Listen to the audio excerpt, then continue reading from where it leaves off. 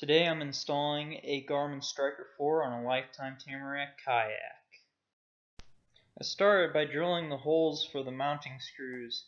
I started with a 1/8 inch bit for mounting the main mount for the Fishfinder itself. Then I switched to a 7/32 inch bit to drill the holes for the screws that are going to mount the pencil case to the dry hatch of my kayak. What's nice is that all the hardware I'm going to use to mount the pencil case to the dry hatch for the kayak was included in the Garmin Striker 4 package. Right here I'm drilling in the screws that mount the pencil case into the dry hatch for the kayak.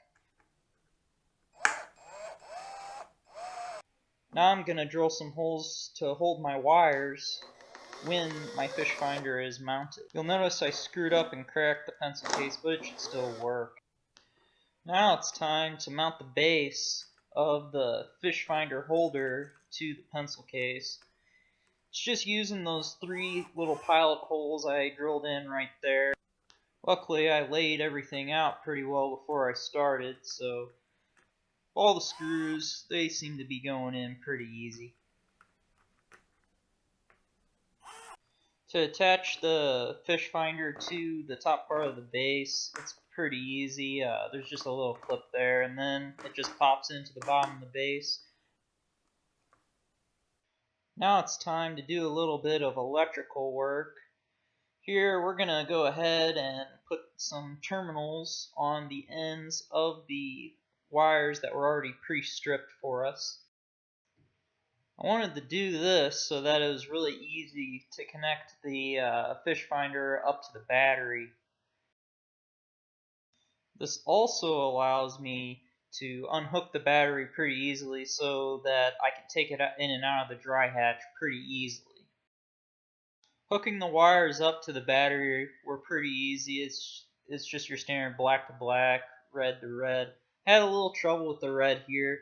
I kind of crimped them open a little bit too much when I initially crimped them, so just pulled the lineman pliers out and crushed it down a little bit so that it'd go in there.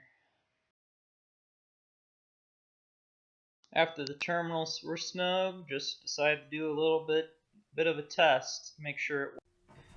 Next it was time to install the transducer itself. So to do that, I grabbed some duct steel and then I just pressed the transducer into the duct seal and pushed it down into the bottom base of the kayak.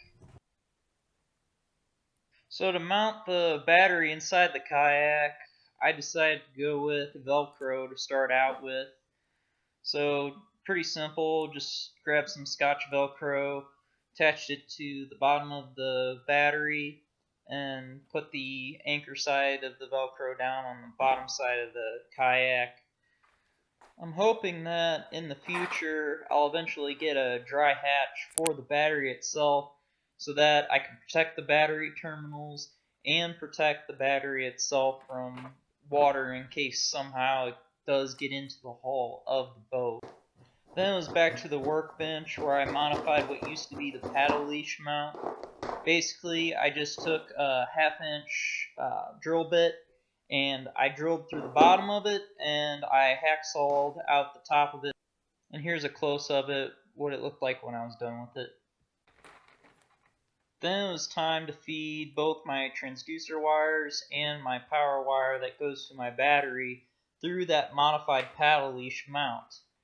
I decided to use the paddle leash mount and modify that instead of drilling holes in the kayak because I didn't really feel like going to Lowe's and picking up a other grommet that I could use to maybe put my wires through.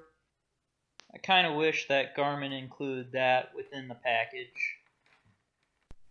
After running the wires through, I used my lineman pliers to tighten up the paddle leash mount. After tightening that down, it was time to put my dry hatch assembly onto the kayak and feed the transducer and power wires through that assembly.